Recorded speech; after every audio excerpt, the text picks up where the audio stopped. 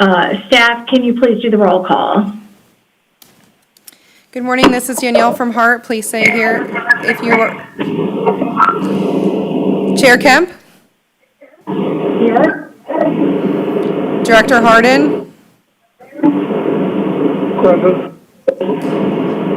Director Castor? Here. Director Hudson? Here. Director McLean? Here. Director Mechanic? Here. Director Overman? Here. You have quorum, ma'am. If HART General Counsel Julia Mandel will please read into the record the rules for committee participation. Yes, good morning. Thank you for your participation in this virtual meeting. The change of meeting location from in-person at the HART Administrative Office to a virtual meeting pursuant to Executive Order Number 20-179, extending Executive Order 20-69 by the Governor of the State of Florida and Section 120.54 Florida statutes. Due to social distancing, the boardroom in the E-Board Administrative Office is only accessible for personnel facilitating the meeting. Please keep your devices and phones muted while not speaking. Muting the sound and microphone on your device will help avoid feedback. Please follow along with a copy of the meeting agenda and materials sent via email. All presentations will be shared on the screen while presented. Roll call has been taken for attendance and will be taken for voting by HART staff. Quorum and voting results will be announced. There is an opportunity for members of the public who have pre-registered with HART staff to provide comments. General Counsel will read into the record public comment participation rules. During the meeting, please wait until the chair asks for comments or questions from the committee or the board committee members for each agenda item while the meeting progresses through the agenda. When you want to provide a comment or ask a question, signal that you want to speak by activating the hand button. The hand button will turn blue when activated. Staff will read the hands raised in order for the chair to acknowledge, then participant may unmute their device and speak. Please speak your name before you comment. Presenters, please note that all presentations will be controlled by HART staff. Ensure that you state your name, title, company, or organization for the record, and say next slide when needed, and staff will progress through the presentation. Thank you. Thank you. Next, we'll go to approval of the minutes. Is there a motion to approve the minutes? Motion, Director McLean. Second. Okay, we have a motion and a second. Can we take a roll call vote? Please say yes or no after your name Do is we called. need a roll Chair call Kemp? vote? Yes. Director Hardin? Yes. Director Castor? Yes. Director Hudson? Yes. Director McLean? Yes. Director Mechanic? Yes. Director Overman? Yes. The motion passes unanimously. Thank you. Thank you. Has anyone signed up first for public participation? Yes, ma'am. We had 2 people Yes. pre-register. Okay. Okay, so then if HART General Counsel Julia Mandel will read into the record the rules for public participation. Yes, ma'am. The board welcomes public comment about any issue and concerns and has made provisions to allow for virtual public comment. Public comments offered virtually be afforded equal consideration as if they were offered in person. Anyone wanting to provide public comment for any HART committee or board meeting should contact Danielle Arthur, Board Administrator at arthurd@gohart.org or at 813-955-2426 with your name and phone number for pre-registration. Comments are due by 5:00 p.m. the day previous to the meeting. Staff will call on speakers by name in the order in which registrations were received. All callers will be muted upon calling and unmuted in the submission order after being recognized by name. Please state your full name and organization address if desired. Up to 3 minutes are allowed for each speaker, and the speaker will be muted once time is up. Staff, please proceed. Yes, I don't have I don't think I have a list of those names. So Danielle, do you have those names? I do, This is Yolanda from HART. Thank you, Yolanda. We have one speaker, and it's Mr. Gary Cloyd. Okay. Madam Chair, can you hear me? Yes, I can. Good morning, Madam Chair and members of the committee. Gary Cloyd. A couple items here on state funding. This is in regards to item 4B, HART legislative priorities for FY 2021. Under state funding, maintaining fare-free streetcar service, everybody's hope is that that grant program will continue as it relates to the extension of the streetcar system and the manpower issue to have the numbers where you need to have it. And the other item would be under policy and legislative for the federal part, a couple points. Funding fare-free riders for veterans and students. I wanted to make a couple suggestions. Back in March of 2017, Kansas City, Missouri Area Transit Authority partnered with the VA Medical Center there. So if HART could look at partnering with James Haley Hospital to get some veterans free rides. I'm sure they've done it in the past, but there might be another way around it if you partnered with some veteran organizations, and the AFL-CIO was involved in that process. The other suggestion is for students, if we can consolidate the PASS program, because currently USF, University of Tampa, and Hillsborough Community College are on 3 different fare systems. If we can look at how we can consolidate that and make it more accessible and more cost effective, because if you go to the University of Tampa or Hillsborough Community College, you're on different payment systems than University of South Florida. And I would pass that on. That would increase ridership and across the board make it more accessible to people that don't have cars. And that would be the end of my public comment at this time.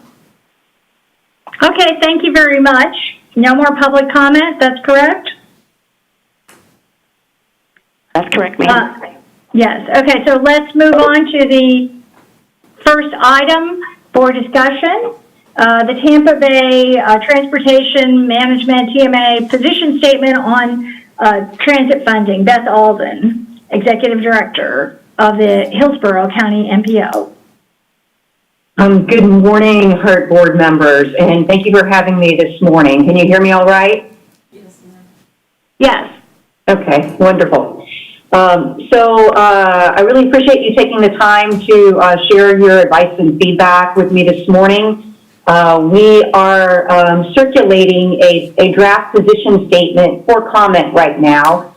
This is a topic that has been discussed at the MPO Policy Committee last spring, then came to our meeting of the 3 MPOs, the Tampa Bay TMA Leadership Group, twice over the summer and then again in September. We are now circulating it to all of the transit agencies to make sure that we are on the same page as a region in our communication with our legislative delegation. And so the issue really is about federal and state funding for transportation and how that is allocated.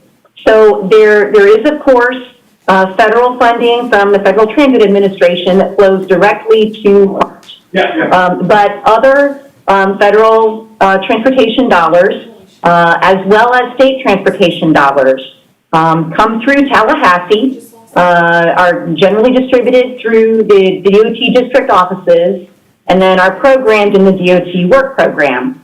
And those decisions about how those funds are attached to projects rely in large urbanized areas like ours, in large part on the priorities that are adopted by the Metropolitan Planning Organization for that urbanized area.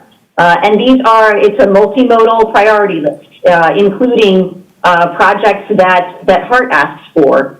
And so the MPO board reviews all of the priorities every year, holds a public hearing, of course evaluates those project priorities by a number of objective criteria, and then after the public hearing forwards the priority list to the Department of Transportation District Office to attach dollars as they have dollars available.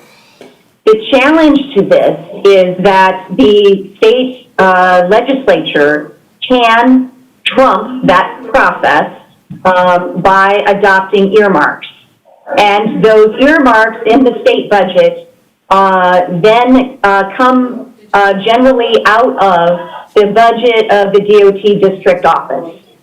And so those projects then are basically mandates for that fiscal year and have to be funded regardless of what other projects have come up through the technical review process that you go through, that the local governments go through. So this particularly became an issue this past year with some budget earmarks that went to TBARTA for fiscal 20. TBARTA has done some research into this and in fact provided a fairly detailed memo just a couple of weeks ago describing what happened with these earmarks.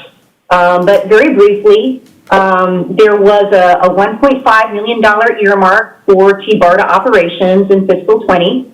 That was covered out of the District 7 budget by postponing some work on HART's maintenance facility. There was also a $1 million earmark for TBARTA to study innovative transit solutions. And that one was covered out of the District 7 budget using funds that had been assigned to improve PSTA's 100X express bus service that connects Pinellas to Tampa.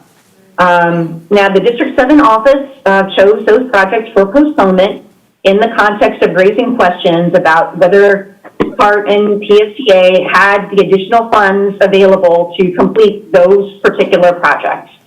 But in the absence of earmarks, the funds would likely have been used for projects similar to that, if not for that specifically. So the question here is, are our bread and butter, really our top priority projects getting the dollars that are available? Because those dollars are scarce, and we're basically talking about a zero-sum game here. And so for the past 4 to 5 months, the MPO directors have been meeting with TBARTA staff and the staff of the transit agencies to coordinate and see if we can come to some kind of agreement about what the request process is.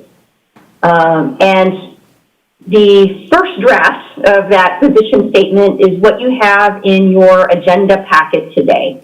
And it starts out by basically expressing the problem, that this is a zero-sum game. State legislative earmarks do not result in new funding for transit. Instead, they shift the funds that can be spent on transit away from the essential services that you're already identifying as a top priority. That, of course, aggravates some of our shortfalls in transit funding. And, then we were citing the Tampa Bay Partnership study of why that's important to the economy. So we also asked our staff of our various agencies for suggestions about where to go from here, what can we bring to our legislators. And so the suggestions were that we ask for state general revenue, not the Transportation Trust Fund, to support earmarks for transit. That we also ask for greater flexibility in the use of Transportation Trust Fund dollars. So to the first point, as we've continued to circulate this for discussion, we've gotten feedback both from TBARTA and from PSTA that it is going to be a very challenging year to be asking for state general revenue pretty much for anything.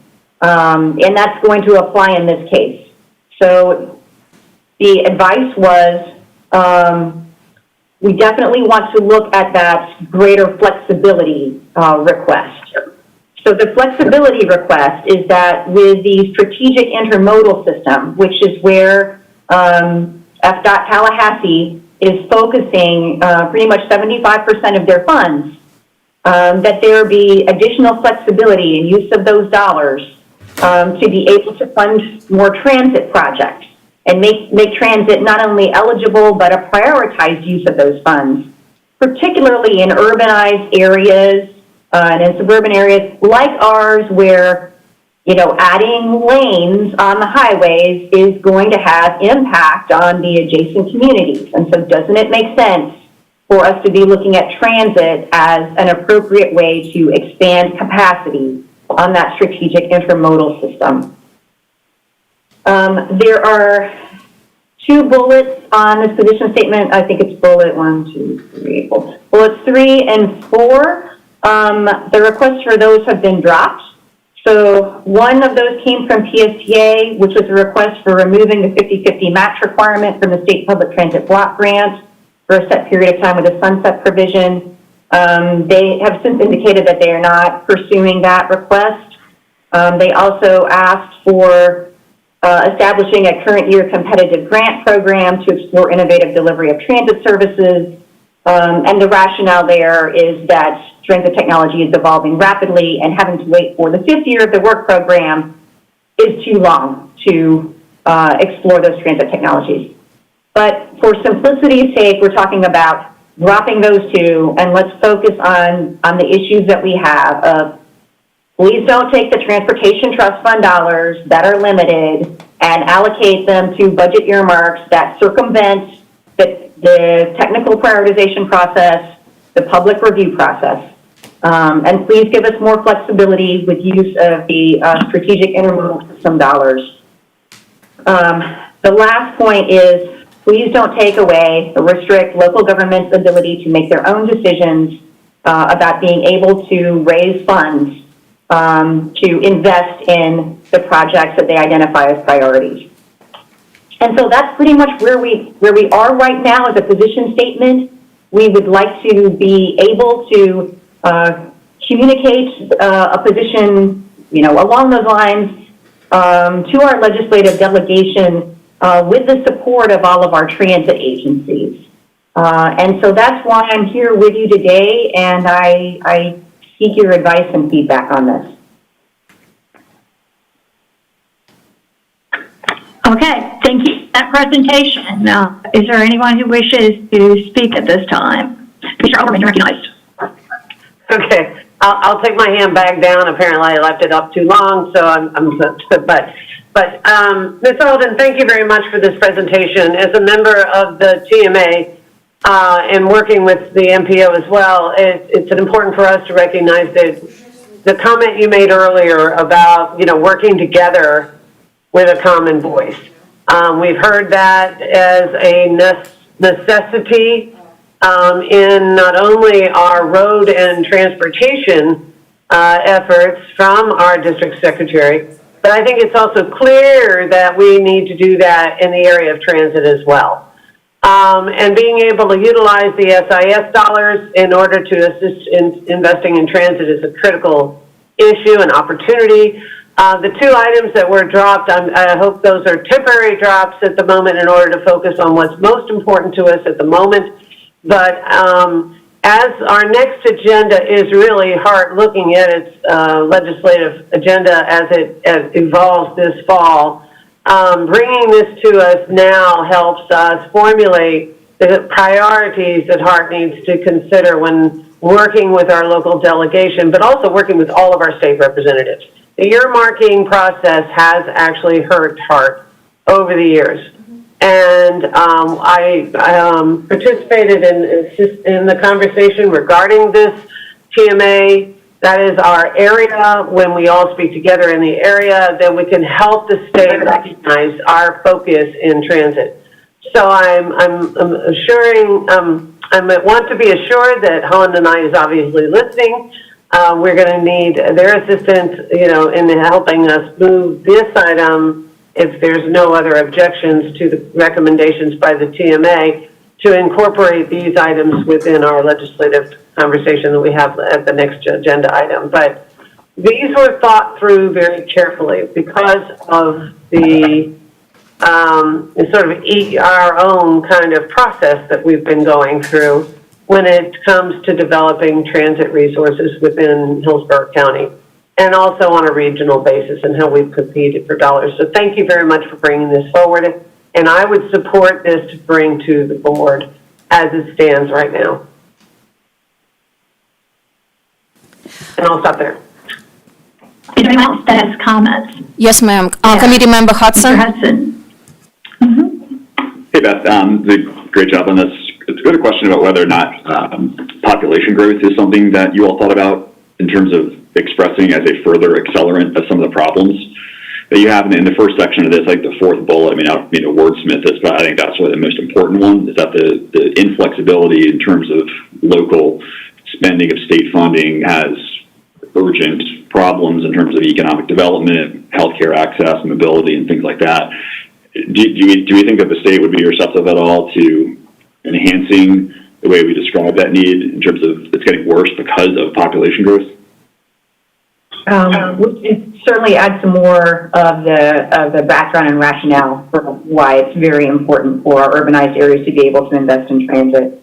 Yeah, I just think I see how they talk about things like M-Cores and other projects that I don't necessarily agree on in terms of priority, but I think to the extent that we can, speak in vocabulary that they're familiar with, I think that might be a good thing. And I think it's true too. I mean, I think more folks are going to continue to come here as a result of what's going on in this country. So that might help bolster the case a little bit, but great job. That's all I have.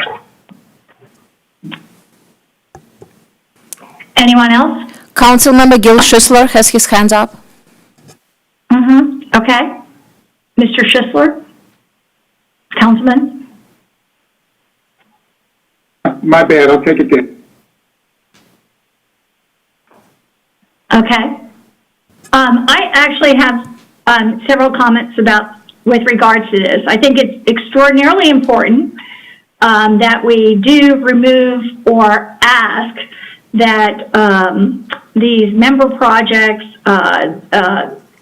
that have taken resources from our local agencies, HART and PSTA. As you know, I've brought this up several times, that we were deprived, from what I understand, by HART, $1 million twice over 2 different years, when it was instead taken from our operations center, which, as far as I can tell, is still the #1 regional need for transit in the entire area. And that I've been told for years, but it never has seemed like a priority, that unless we have that operations center, that we can't even expand our bus services. So I feel like it's very important, but we've had our money taken from that. So I think it's really important that we ask that that any money that goes to TBARTA is done through general revenue. So I think that is important, and I appreciate that this is come from that. I think it is extremely important as well that bullet 3 and 4 were removed.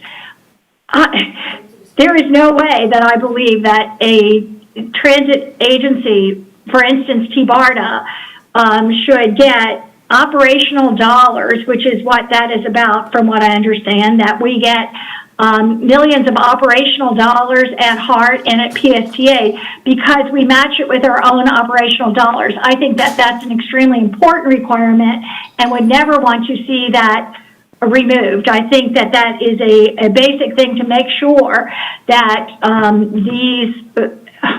that our local transit is prioritized in the state transit funding. As well, I don't think that there should be a focus, a investment in innovative transit, whatever that means. I don't know. At TBARTA, it seems to mean air taxi mobility to serve the very wealthy at the cost of our fixed route service that is so desperately underfunded. It's crazy. So I think it's very important not to start prioritizing what is called innovative delivery when I don't, without understanding that. I also just wanted to understand bullet point 5. It sounded like Mr. Dirk felt as if I'm not sure I do. Provide more flexibility in raising local dollars to improve transportation choices, again, especially in large urbanized areas. What is exactly does that address? Can you tell me that? Sure. So that would be, for example, like with the Charter County and Regional Transportation System surtax that was approved by our voters. If, for example, we have to bring something like that back out to the voters again, that there would not be restrictions placed on that. We have also, the Hillsborough MPO has in the past taken the position that cities over a certain size ought to be able to place a referendum like that on the ballot themselves. So we could add a little bit more of that description. What does that request mean into this? I just wasn't sure, so I really wanted to understand that. I have also, I know it's a more recent, I guess about a decade-old policy to invest 75% of all revenue of our highway trust fund into the SIS, into the strategic intermodal system, our interstates. I've heard it said in South Florida that that there is some movement to move that aside, and I've read about that in other states. I think it's very unwise that we are so heavily investing in our interstates rather than our desperately needed investments on our arterial roadways, like major streets that go throughout our community that people use all the time. Hillsborough, Martin Luther King, Bush Boulevard, Florida, Nebraska. I mean, there's just so many that are, we put such a 70% focus on strategic intermodal system. So I would like to see myself, and I know that would require, since I believe that was a change that was done during the Bush administration, is that correct? To put the 75% focus? So it turns out that what's in the statute is actually less than 75%, and 75% has been the agency policy. So they actually have some flexibility to go ahead and make some changes without a statutory change. But what's in the statute? I've forgotten if it's 50 or 60%, but it's something like that. Because I would like to just say that I think our request should be that they certainly don't invest any more than what is statutorily required, and that they start investing in our arterial roadways. This is also an investment. This would only be an investment in transit, quote unquote, on the interstate, but transit on the interstate has been, all we've heard about is kind of like the regional parking garage plan, $400 million in parking garages. So, I hesitate with that line as well, and would hope that would be, I would move to have that removed and have some discussion about keeping our strategic intermodal system, making a request that is reduced to certainly no more than the statutory requirement. Because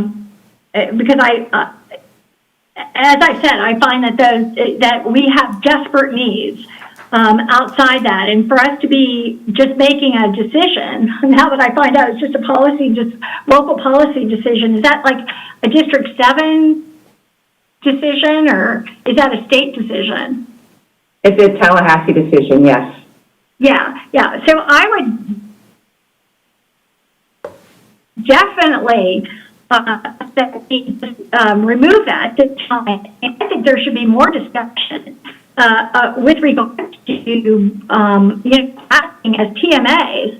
That focus on the strategic intermodal system is no more than the statutory requirement. So that would be, I guess I would make I guess I would have to, if we did that, if somebody else wasn't willing to do that, we just, I guess I could pass the gavel. I don't know who the vice chair is, to make that amendment, to just remove that line for further discussion in the future. Point of order, Chair. This is Commissioner Overman, or Director Overman. This is the discussion that occurred at the last TMA meeting, and this is the TMA's legislative platform and not HART's. I agree with you that if HART took the position on our platform, that the recommendation of greater flexibility would be no greater than what the statute recommends. But I think the conversation that occurred to address this particular item on TMA's leadership group platform is just as you described, but without the specific statute reference, is to create a greater opportunity for the SIS to be utilized as you have described, but also not only within our local roadways, but also as it facilitates transit to add capacity of moving people with less impact. So I think that was the gist of the conversation during the TMA meeting. And it's in our legislative conversation, which is next, that we add that specificity that you have requested. It allows this document to stay intact without having to go back to the TMA before it moves forward with supporting HART's position that we need more dollars for transit and for, as you mentioned, for our local roads, so that many of our transit facilities or transit resources are invested. So I'll stop there. Okay, so Ms. Alden, just for some clarity about this, and so, but you did remove 3 and 4, correct? Yes, yes, ma'am, we've dropped those. And how's that done? Is it It's just because PSTA requested it, or? And there was so it's just at a staff coordination level right now, and seeking feedback, as I mentioned, from all of the agencies. For example, the TBARTA Legislative Committee met on Friday and reviewed their legislative position. And so they basically supported this point about please use state general revenue to support agency operations and a new transit rather than the Transportation Trust Fund. And they also pointed out these other bullet points, dropping points 3 and 4 that you were concerned about. So we don't need to, at this time, you're just asking for a discussion to bring back rather than approval of the letter? Correct, yes. Or the statement. Okay, so we don't need to take a vote at this time, just discussion. And I will be taking, whatever action you all take in reviewing your legislative position, I will be taking that back to the TMA as they look to finalize this. Great. Okay, thank you very much. Any more discussion? Okay, so it doesn't look like we need approval for that, so we can now move on to the, I'm sorry, I'm looking here at the HART legislative priorities for 2021. Hi, good morning, Chair Kemp and committee members. This is Lorena Hardwick. This is Lorena Hardwick, Director of Government Relations for HART. I hope everyone is having a good morning so far.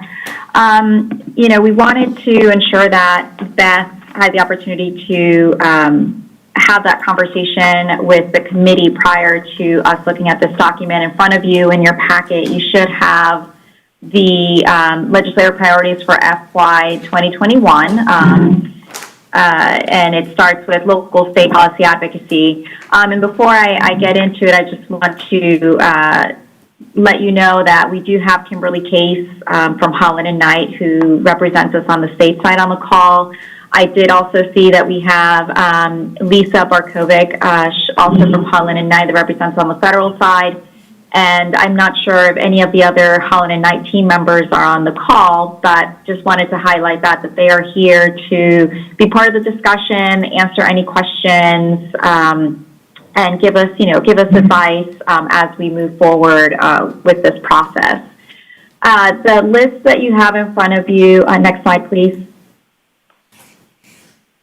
The list that you have in front of you, I just wanted to make sure that you were aware that this is, this is what staff had looked at and we're putting forth to the committee, and hopefully, as you can move it forward to the board. This is not a 1 year and you're done list, although we are identifying as FY21. This is a kind of a living, breathing document that we can go back to, and a lot of the objectives on here, as you'll see on the federal side, are grant applications as we await the election process and what happens there. There may be new grant opportunities that could be beneficial for HART that could be added to the federal side of things. We have spoken to Holland and Knight about this list, and they feel very comfortable that these are things that we can pursue both on the state and federal levels. And sorry, Danielle, I just lost the presentation. And one of the asks that, we're asking the committee is to have this conversation, have this discussion, and, we are asking that you join us in, approving and saying that this is something worthy to move forward with and move it up to the full board for conversation in November. Next slide, please.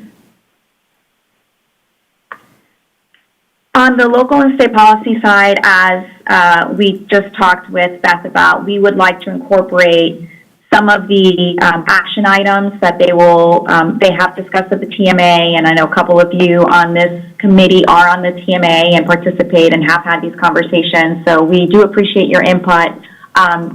Director Kemp, I took notes as far as, when you were talking about the greater flexibility and talking about the statutory and regulatory percentages that, we can absolutely be very specific on our particular ask when we're talking about that flexibility option. So I've made note of that, so we can absolutely add that to, to the presentation.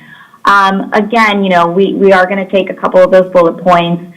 On the local side, we are looking at, you had a very robust conversation this morning about electric buses. If we are to prepare for that fleet and for us to test those buses out, we will need to have infrastructure installed through our guideways once we delineate and define which routes we're going to be looking at. So we will be talking on the local level, and get some input from Kim on the state level and some things that we could do to incentivize as we are looking at our corridors. Where are there opportunities through local tax incentives to be able to provide some of these charging stations?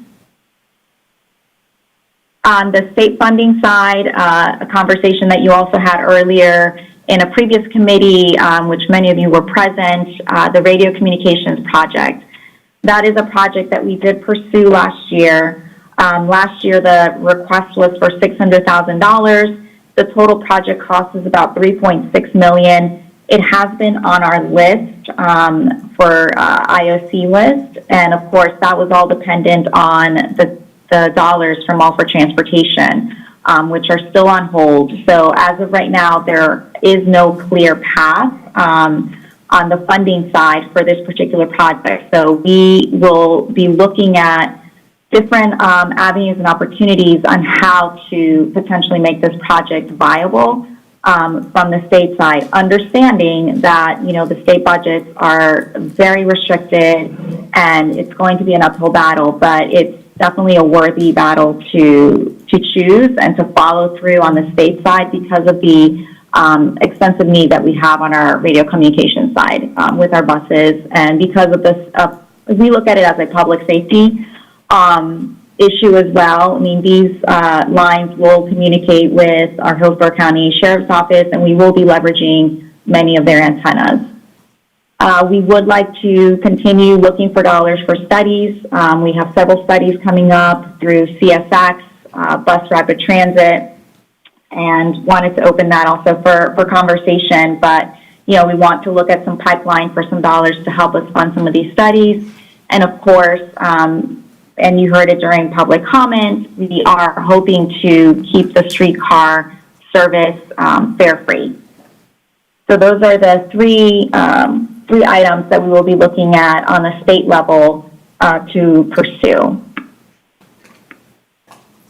On the federal level in front of you, you see the Okay. oh, no, yeah, and I was just to wrap it up here, on the federal side, you'll see the various grants that, you know, HART will be looking into and hopefully we'll be pursuing specifically as we go forward with an electric bus system, opportunities where we can get funding there.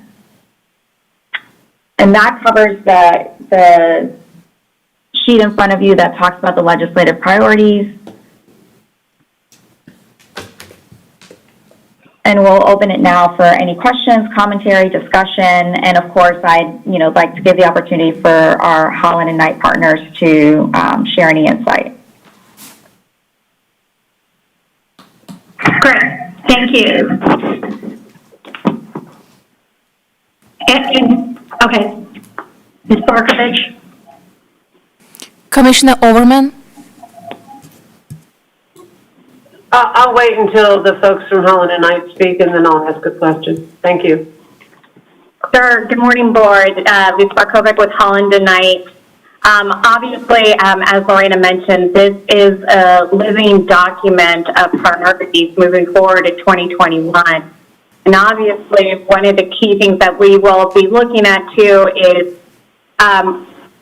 if the administration does change moving into 2021, there'll be different priorities that will move forward with a Biden administration versus a second-term Trump administration.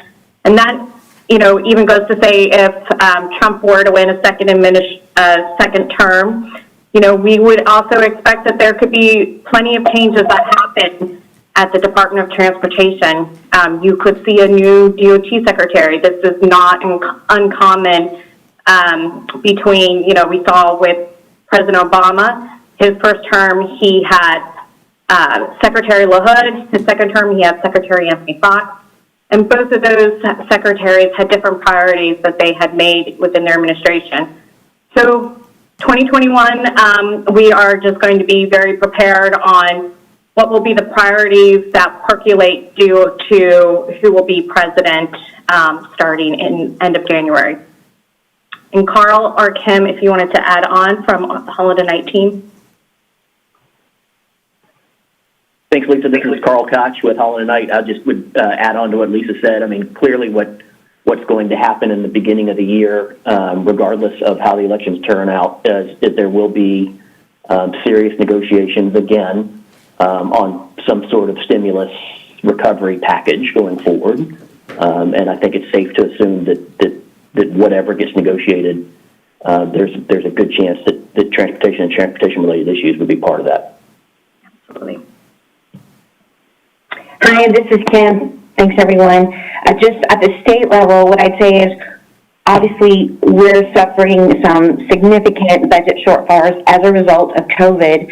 $2 billion, that number fluctuates a little bit. There's still about $4.5 billion that has not been allocated by Governor DeSantis, but that he says he definitely has it allocated for something, it just hasn't been distributed. What we think that's going to be used for is to fill in budget holes for this current year. But once those dollars are gone, those federal CARES dollars, there's going to be some significant holes in revenue. And as a result, I think that us speaking with a unified voice regionally, I think the ideas that Beth brought forward as far as how we come together in all with the same voice and with delegation support, asking for greater flexibility and being creative in how we ask for dollars. I know Lorena mentioned, for example, the radio comm. That's something that I think that we should really focus on making a public safety issue and how it's vital for communicating with law enforcement and thinking even about the Super Bowl, all those things, how they will contribute to that. We could think about pursuing that in the public safety budget as opposed to transportation, so it's not drawing dollars from other people. It's specifically a different pot of money, and we're going to need to be creative like that on any type of request that we have. But I think it's doable. Thank you. Anyone else? Commissioner Overman, you're recognized. Thank you, Chair. I appreciate that. This is exactly the conversation that something we would have as we followed up on what the TMA regional area priorities are, how we can dovetail and complement those, and also address the economic stimulus that we're going to need to recover from COVID. We heard from Colin earlier in the operations and safety meeting that safety of our operators is important because of some of the backlash that we've experienced with people not wanting to wear masks when masks are necessary. Having a radio program in order to upgrade in order to protect the safety of not only our operators but also our citizens is a strong case for finding resources that aren't necessarily, as Ms. Case mentioned, necessarily transit dollars, but they're transit related. And as someone who's working on all of the county safety net programs, as well as affordable housing and how that impacts our overall economic competitiveness, using those arguments not only at a state level, but also at a federal level for bringing dollars to enhance HART's ability to serve its citizens is a critical message. What I'm going to ask is all of us, all of the directors here, but also our stakeholders in this conversation, the county commission, our city representatives, making sure that we're armed with what our project looks like and what our talking points look like, so that when we are meeting with legislative, meeting with the state delegation, meeting with, even if they're not part of our local delegation, but meeting with those that sit on budget and appropriation and talking with the folks in Tallahassee and Washington, that we're armed with that list so that we can facilitate not only the whole board's effort, but specifically this committee's effort in identifying those projects that we want to get behind, that HART has on its short-term and long-term needs list. And that's why keeping those two items that come off the TMA on our list, because those are two critical issues for HART, I think is an important conversation that we should have with our lobby team and make sure that those items aren't necessarily, even though they may not be the TMA's first priority, they are HART's, because that 50-50 match requirement stifles our ability to move many projects forward. Those are more specific to the actual agency than they are necessarily to the entire region, but they are important to us. So I'd love to hear other members' feedback on this, but this is critical for HART's success, and dovetailing what we're hearing on a regional basis is important, but also identifying that creative way of finding resources that aren't necessarily part of, the state and FDOT's budget, but can be addressed at the federal level, I think is critically important. And I'll stop there. Are there other comments? Commissioner Overman, I'm not sure I understood your comment about the 50-50 match. Well, on the TMA, one of the items that was removed was, and I'm actually reading it on a different computer screen, so I apologize. It said removal of the 50-50 match requirement from the state public transit block grant for a set period of time with a sunset provision. That's something that's critically important to HART's success. And it's specific to HART's success. Whereas TMA has a bigger mission, but I think making sure that we have, some flexibility in the matching requirements, and also allowing funds to come to HART without that match would be beneficial. Ms. Stieglish, could you, I know, because actually I think it would be hurtful it would be harmful, my belief is it would be harmful to include that to HART. The reason being is they're requiring a 50-50 match for operational funds. Something like Ms. Stieglitz, are you there? Yes, I'm here. Yeah, because as it was explained to me, there is currently for operational funds, there's a 50-50 match. It is meaningless to us because we're already paying that for our bus operators to do our routes. So we easily make that and could make much more. Actually, what it does is protect us because it means that anybody that can't provide that 50-50 match, other agencies that are not funding operations, which is what is the hard part of funding, that they could avail themselves of these funds without that requirement. I want to keep that requirement in. I think it's very important. So that's why I was pleased that it was left from no longer in that statement. Ms. Stieglitz, maybe you could address that. I believe you're the one who I talked to about that. Yes, if I'm recognized. Yes. Cindy Stieglitz, interim CFO for HART. Yes, so for the block grant, which is our formula funding that comes through FDOT, that is approximately $5.4 million a year, which requires another $5.4 million match. Essentially, we are already paying over that amount to our operators such that it's kind of, we don't even recognize it. So if that requirement is removed, we will still be paying our operators over $11 million.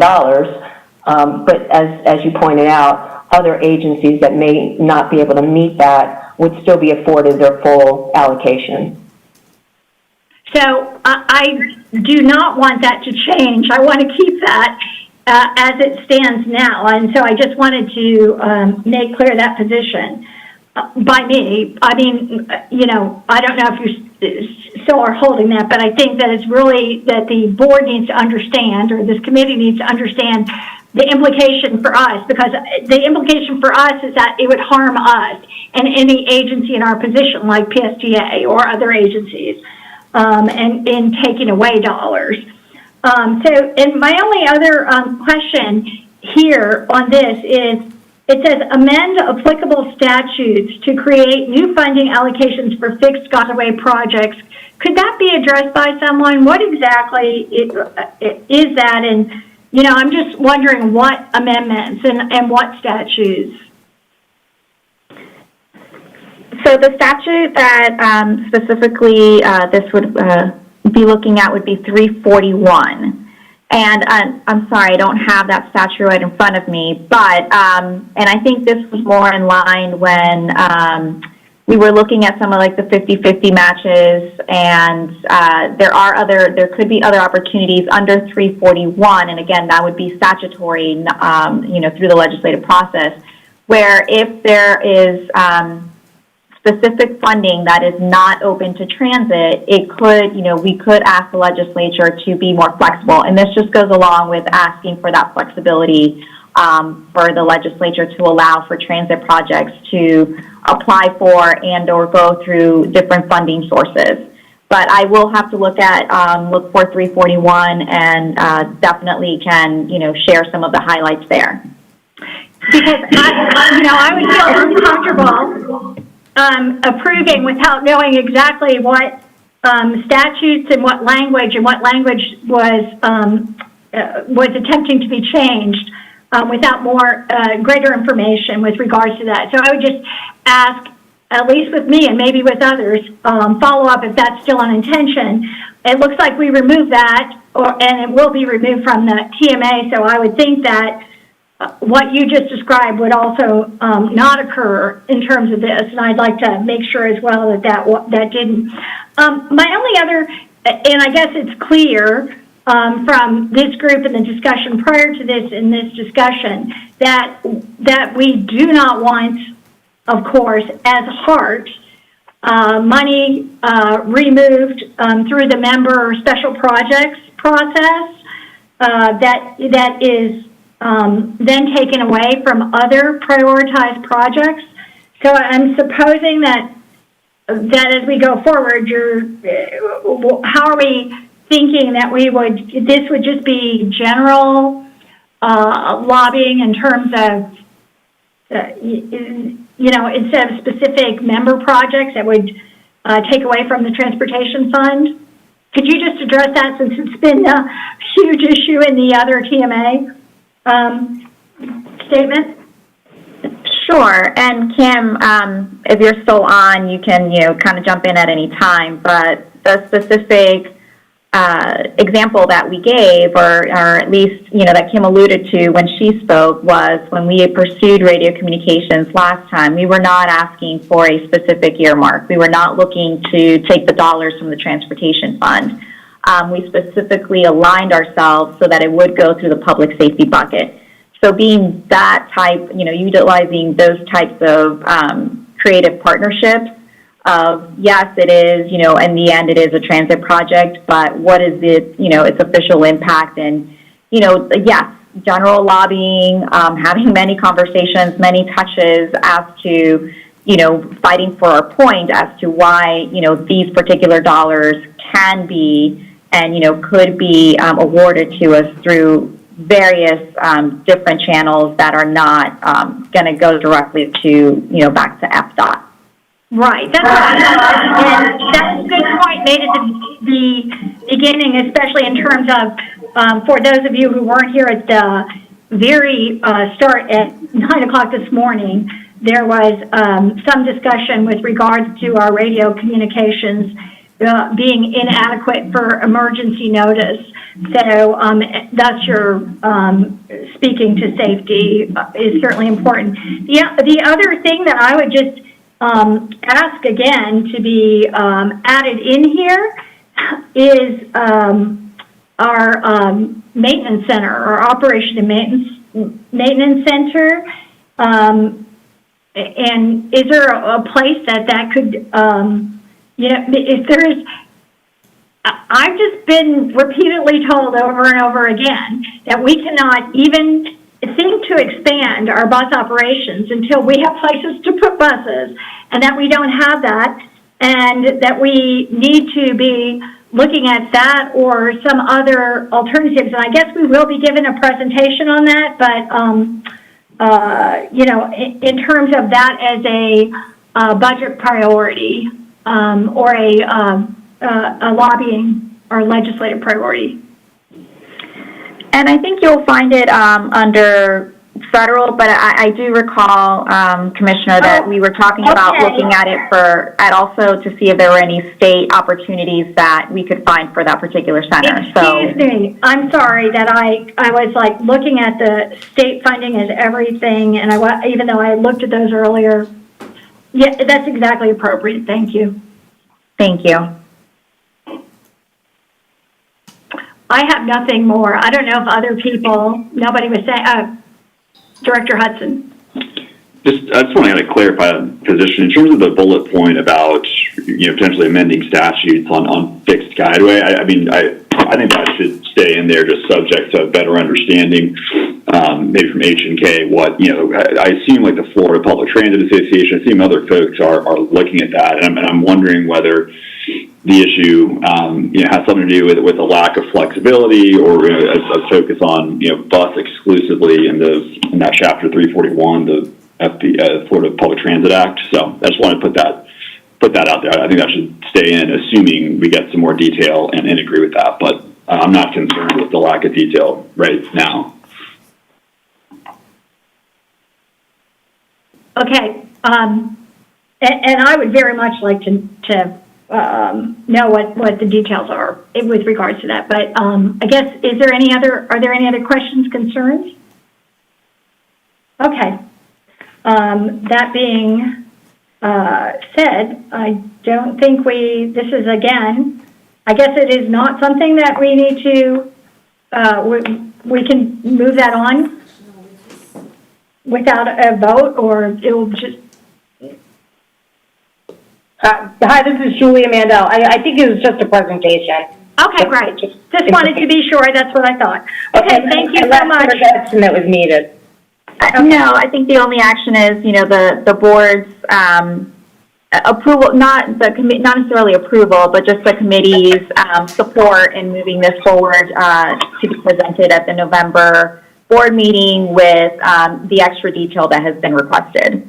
Okay. And is there a motion? Yeah, this is Tyler. I'll move to recommend that this be considered and approved by the full board, subject to the clarifications that have been requested. Second. Sure. Okay, so we have a motion second, and can you take the roll call? Please say yes or no after your name is called. Chair Kemp? Yes? Director Harden? Yes. Director Castor? Director Castor? Director Hudson? Mayor Castor needed to leave. Director Hudson? Yes. Director McLean? Yes. Director Mechanic? Yes. Director Overman? Yes. The motion passes unanimously. Thank you. Thank you. Hello, move next. hello, Yes? hello, Danielle. Hello? Yes, Director Yes, we Knight. can hear you. Yes, I've been on the call. I'm sorry if I. Oh, that's okay, didn't Director hear the Knight. first one. Yeah, Director Knight, our first committee meeting ran late, and so now the strategic, planning and external relations is now running late as well. So it's gonna push the Okay. finance and audit committee meeting. Thank you. Okay, sorry. Thank you. Okay. And this is Lorena. Thank you, committee. I appreciate it. Thank you all. Thank you very much. We'll move next to the committee action items of 2021, proposed service modifications. Justin Willits and Donnie Murray presenting. Good morning, Chair and Committee. Can you hear me all right? Yep. Okay. So again, I'm Justin Willits. I'm joined with Donnie Murray, our Senior Community Engagement Specialist, and I'm going to go through the recommended changes for January of 2021. And then Donnie's going to step in to talk about some of our community outreach. A lot of the content I'm going to go over on the front end here is repetitive of things you've seen in the past, so I'm going to move through fairly quickly. And then at the end, during Q&A, we can go back to any particular slides or topics you'd like to dive a little deeper into. So just bear with me on this front end. Donnie will step in to talk about our outreach efforts, and then we'll take questions. So without further ado, next slide. So we'll just go over a little background, talk about those proposed changes, then public input, and have our Q&A. Next slide. So a little bit of background of how we got here. We can advance again, please. We really identified 3 goals for aligning demand, improving safety and efficiency, and preserving our long-term funding. At the beginning of this, for the COVID-19 crisis, we were still trying to address some long-term financial issues. So that's why we started on this path, and a lot of things have changed during this project, and have kind of got us to the point where we are today. So I'll talk a little bit about that as we go through, but that's really sets the stage for why we are where we are and why we're proposing a lot of these changes for January. Next slide.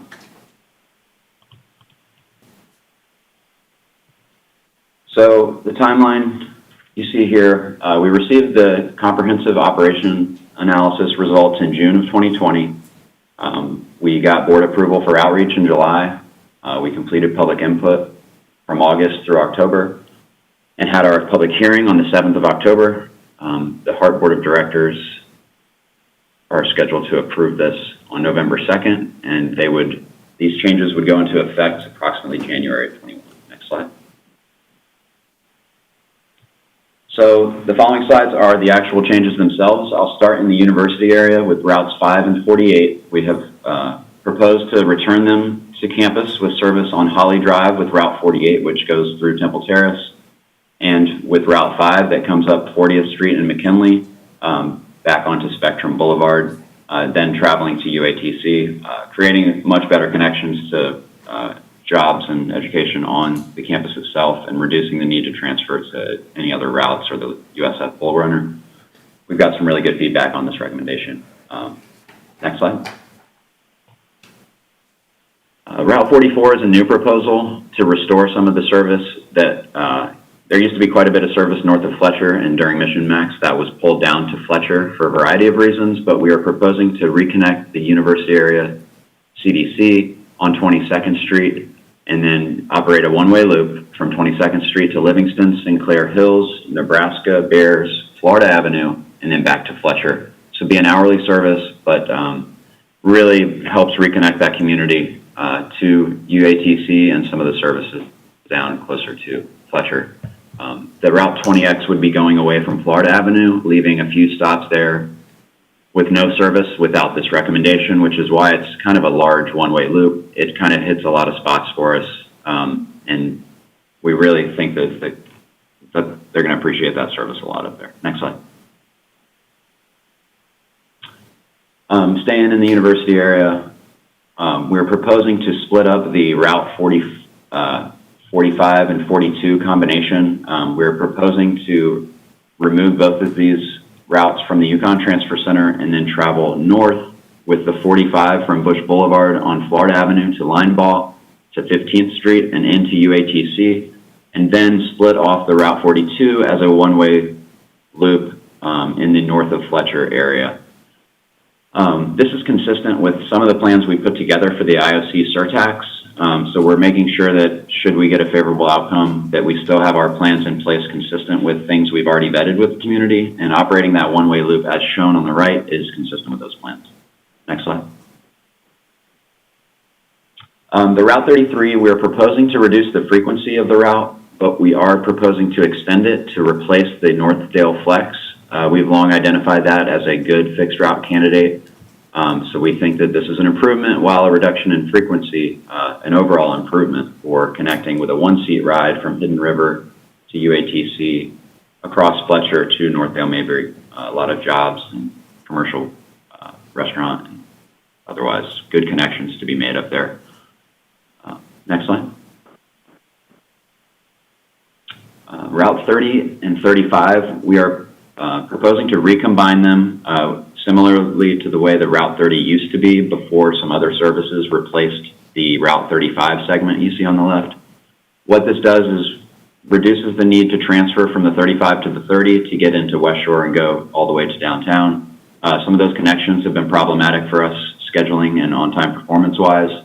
So this eliminates the possibility of you missing the connection at the airport because you stay on the same vehicle to complete your trip from Northwest through the airport into West Shore with service to Social Security, and then down Kennedy all the way to downtown. So we're really happy about this change. Next slide. Route 8, due to some historic detours that have kind of plagued this route through 7th Avenue and Ybor, we're proposing to basically make the detour part of the route and just go to 4th Avenue around 21st and 22nd Street in Ybor City, travel Channelside Drive, and then come straight into downtown on Jackson and Kennedy. It's a little less duplicative with the streetcar alignment, and it speeds up that trip into downtown, and then we're going to replace some of that southern service a little bit differently on the next slide, please. So to that point, we're proposing to better connect USF in the southern part of downtown with the USF's northern campus. Route 9 travels through East Tampa on 15th Street to Hillsborough Avenue, and then 30th Street all the way till it turns into Bruce B. Downs and then goes into UATC. So this kind of makes a better connection for the new USF location downtown, connecting all the way to the north, and also still provides that direct connection down to the convention center, which we know Route 8 was very important in connecting. So you can see it comes down Nuccio Parkway, past our facility here at HART, to Channelside Drive, Kennedy, Meridian, and the new connection on Cumberland. They've put in a bus bay there that we'll be utilizing. So we've got that should be opening about the same time we roll out our services in January. So we're really excited about that new connection and staying off of Channelside Drive, which is pretty congested during those big events. Next slide. Small change to the 360LX downtown. We're proposing to take it off of the Florida and Tampa Street pairs and move it on to Marion to reduce some of the travel time delay crossing the one-way pairs in downtown during peak periods. Next slide. The Route 38 is proposed to extend to Parsons Avenue and then come down to Oakfield Drive in the Brandon area. This has been a long time coming. Calls for Parsons service have been around a lot longer than I have been, that's for sure. So we're really happy about this. The flex service you see on the left is also proposed to go away and then be partially replaced with this two-way service on Oakfield Drive. Next slide. The Route 14 is kind of a route without a home in the south end, so we're proposing to give it a home at the Britton Plaza Transfer Center. We would be extending the route south on Howard Avenue to Beta Bay and McDill and then Euclid to get in. Next slide. We had a safety consideration for this route, the way it kind of meanders through the Sulphur Springs residential community on the left side there. So we're proposing to modify a loop at the eastern end to use 22nd Street to roll at Park Drive. So it should be an operational and safety improvement for our folks. Next slide. Route 7 in West Tampa, removing the service from North Boulevard, north of Main Street, and putting it on Main Street all the way to Howard and Armenia, returning service to West Tampa. The community is very pleased with this, and also connecting the new housing being developed on Main Street that's replacing the old North Boulevard homes. Next slide. So two of the routes you see on the top there, the 275 and the 60LX, are proposed to be removed from this segment for a variety of reasons, but one of which is that we detour to Cypress when there's heavy congestion on the interstate and the travel time is fairly reliable. It's also the lowest performing segment of these two routes. So we are proposing to put a 30-minute local service on Cypress to connect to the airport, the West Shore District, into downtown. And I'll talk a little bit more about the 275 here in a moment. Next slide. So the 275LX, we're proposing to, the original proposal was to just keep service on Bruce B. Downs, but there's a variety of considerations we've factored in here. But we are proposing to keep the service from downtown to the university area to Wesley Chapel during the weekdays hourly, and then on the weekends only run the Bruce B. Downs segment. As I said before, we're replacing the connection from downtown to the airport every 30 minutes on Cypress. So that's part of what we factored in here. And if we go to the next slide, I'll talk a little bit more about this, as I know there was some lengthy discussion on this route. So Route 275, as you see on the top right there, that's a measure of our ridership throughout the day. It's not a very peak-oriented route, although it does serve some peak-type travel types from Bruce B. Downs all the way into downtown and the airport. But what we've seen is 85% of the boardings occur on the segment that we're proposing to keep.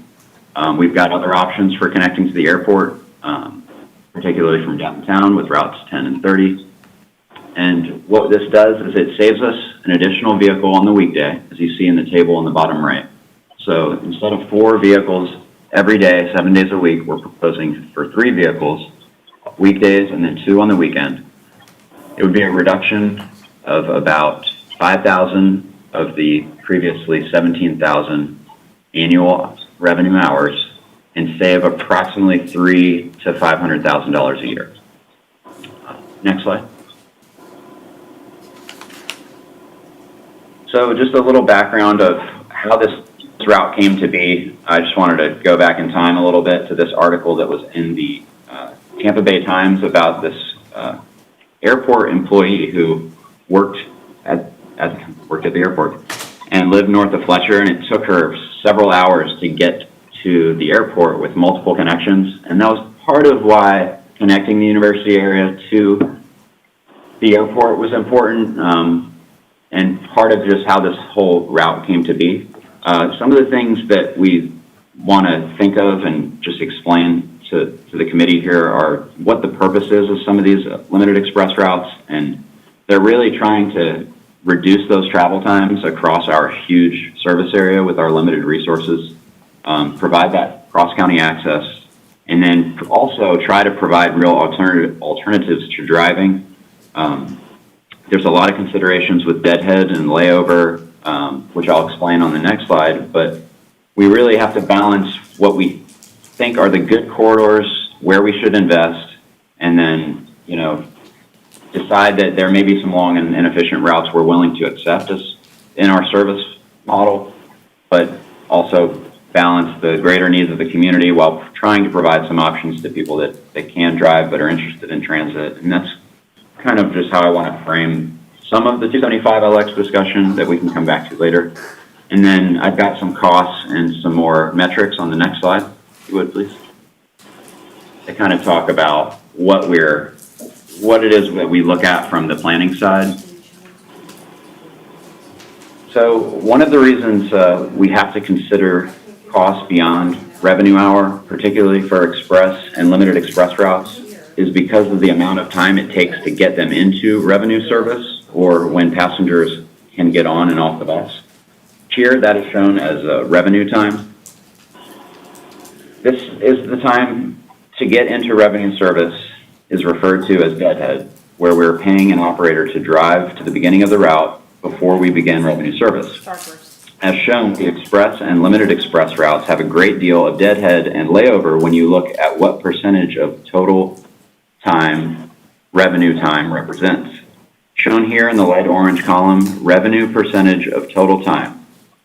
So to compare, the table below shows our frequent service routes that are in revenue service for a large portion of their day. So now let's look at the comparison of costs between revenue time and total time when we factor in deadhead and layover. Routes with large amounts of deadhead are not accurately depicted for costs without looking at total time. Similarly, the recovery percent of total, aka layover, represented in the last column also doesn't get calculated into the cost of revenue service for the local routes. So it's good to consider this as well. See the difference between the all-day express routes and local frequent service.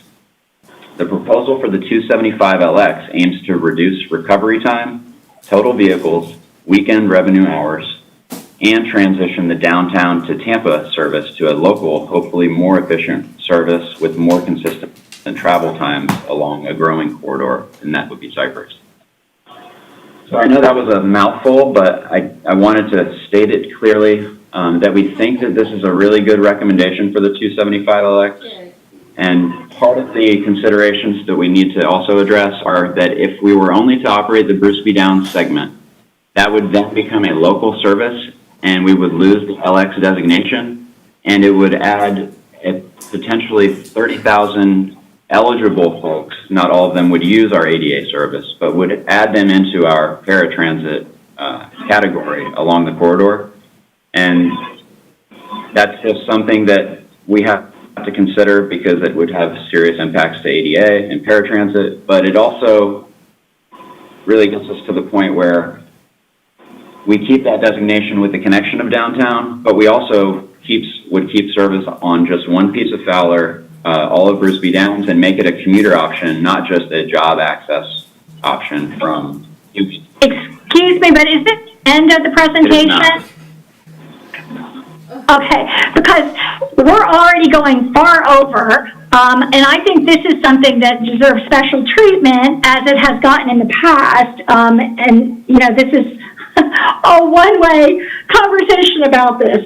So if we could just move on through the rest of the presentation, and then I think in the future, well, I will want to be bringing this back specifically, but anyway, if we could just move to the rest of it, and if we could move more quickly, we need to. I think we're going to have to actually just, and I'll talk to the committee, but I can't see us moving on any further because we're way, way over, and the other topics can be moved on. But if you could just move quickly through the rest of it.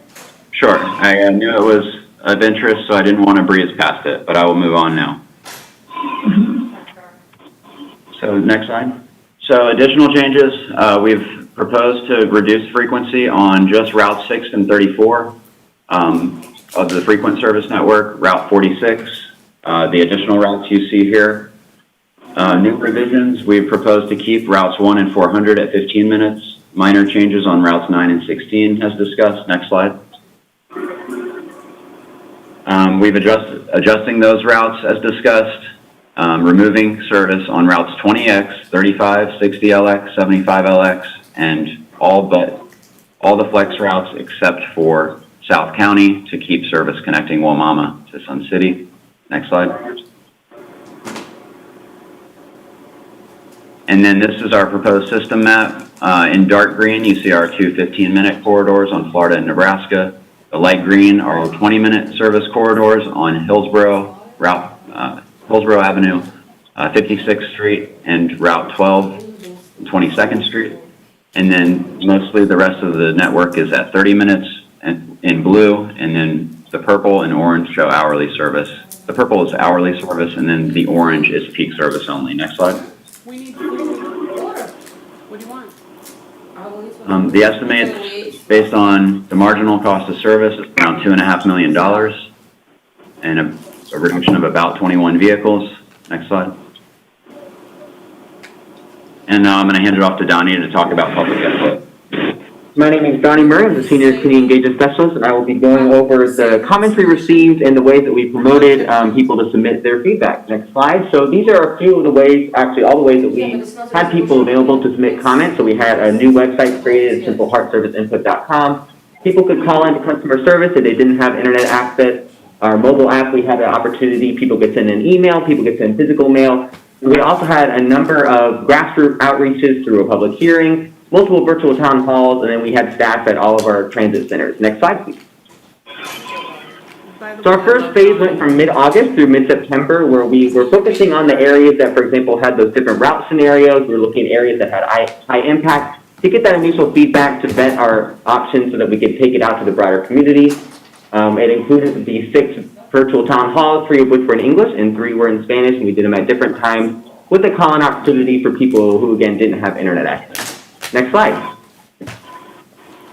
Then from mid-September to the beginning of October, we did our phase 2, which we really threw out the entire plan to the entire community. Once we did those tweaks based on that initial feedback we heard. So again, we had staff going out to all of our transit centers throughout the entire county. We had 2 more town halls, one in English, one in Spanish. So we had that final public hearing both in person and online. Next slide. So in order to get people to know that they could actually submit a comment, we did a number of marketing efforts. Again, we had that unique website. On our HART website itself, we had multiple touch points. We used our HART channels of social media, that phone app, customer service had an automated message when you first called in. Flyers were put on board buses. Email signatures were put for our employee emails. We had flyers at all of our transit centers.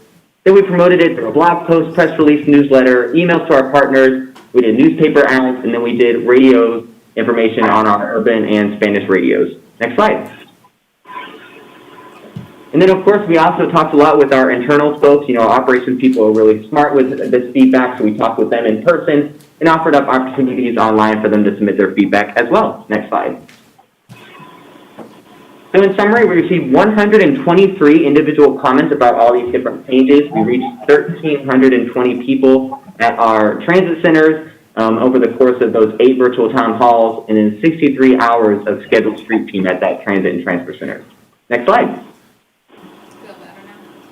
So this is a breakdown of each of the information that we heard per route. Again, it takes a lot of time for someone to actually give us a comment. We also have a lot of anecdotal information. But in summary, people support a lot of these different changes. They like service going back onto USF. They support merging back to 30 and the 35. They support the extension of bus service onto Northdale Mabry. They support the extension of the Route 38 into Brandon. The fixing of transfers for the 42 and the 45. The extension of service into north of Fletcher for the Route 44. And then also the Route 7 got some positive feedback as well. And the general kind of feedback we heard about people wanting to see something different were about the frequency reductions. Again, we modified those proposals so the Route 1 and 400 won't be changing. And people understood generally about why we were having to make those changes. The other negative comments were about the HART Flex services. And in general, people had a lot of suggestions about where they wanted to see service improvements, which a lot of those were actually included in our first year plans for using the offer transportation surtax. So we kind of already have an understanding of what people want. And then the last thing was people were really requesting for service to be returned back to normal levels, which we are actually intending to do on November 15th, where we'll be restoring routes to the regular service level for all local routes.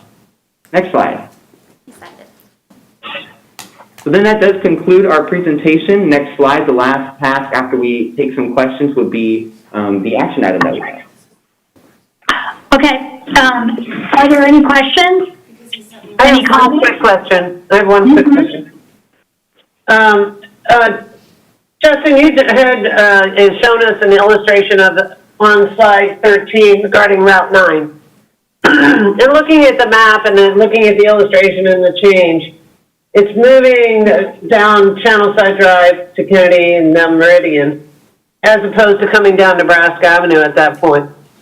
How many transit-dependent individuals that live at the housing complex that's to the west of Nebraska Avenue are going to miss that opportunity to connect to the transit center? And if they have a choice, how do they get to Channelside Drive if they're walking? Yeah, so Nebraska on that segment you're referring to still has the Metro Rapid and Route 12. Okay. The Route 12 will connect straight into MTC every 20 minutes, and then the Metro Rapid would connect further south into downtown, and then straight into MTC every 15 minutes. Okay. So it gives you about a, 10-minute headway kind of for, you catch the next bus to get to MTC. Okay. That's what I wanted to make sure, because there are a lot of transit-dependent folks that live between 275 and Nebraska Avenue, to that, in that corridor there. And I wanted to make sure they had another alternative other than just losing the 9 and having to go over to Channelside Drive. So thank you very much. That's all I had. Thank you. And actually, with that Route 9, I still don't understand why it parallels the streetcar. I'll just say, it doesn't really make sense to me when we have such limited resources. I also have my issues, as you know, with the 275LX. But one other question about the engagement, I saw the 10 against only, the 34, which is Hillsborough Avenue. So 10 against, no for that, and that was a reduction in service frequency from 15 minutes to a half hour, correct? 15 to 20. 15 to 20, and 10 against and no for that, okay. And then the other, it was a frequency on the Florida Avenue as well, right? 15 to 20? We are proposing to keep it at 15. Okay. Originally, that was the proposal. Okay. And if we could just vote, if we want to move this ahead, I guess, is there a motion? The action item is to authorize the implementation of a transit services program resulting from the HART Comprehensive Operations Analysis and Public Outreach Activities with service changes tentatively scheduled to be implemented in January 2021. Does anyone want to make the motion? Pardon, I move to, I make a motion that we move this to the full board for consideration. Is there a second? Second, Director McLean. Okay. And I just want to be clear, I guess with Ms. Mandel or some other staff person, at any time after this, we could remove the I-275LX from service as an independent discussion, correct? You have the right to have that discussion as you move this on further, so yes, absolutely. Okay. Thank you. We'll just, we've got a motion and second. If we can take a roll call. Yes, please say yes or no after your name is called. Chair Kemp? Yes. Director Hardin? Yes. Director Castor's gone. Director Hudson? Yes. Director McLean? Yes. Director Mechanic? Yes. Director Overman? Yes. The motion passes Okay. unanimously. Thank you.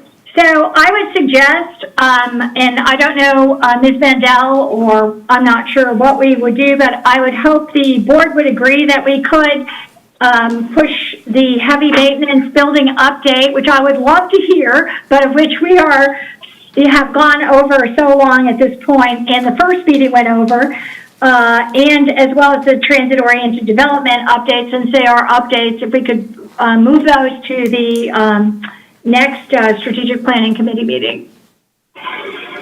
Is there any objections to doing that? Okay. Seeing This none, is Julie Amanda. I would just defer to staff to make sure there's nothing there that they need to happen and go ahead and just move them.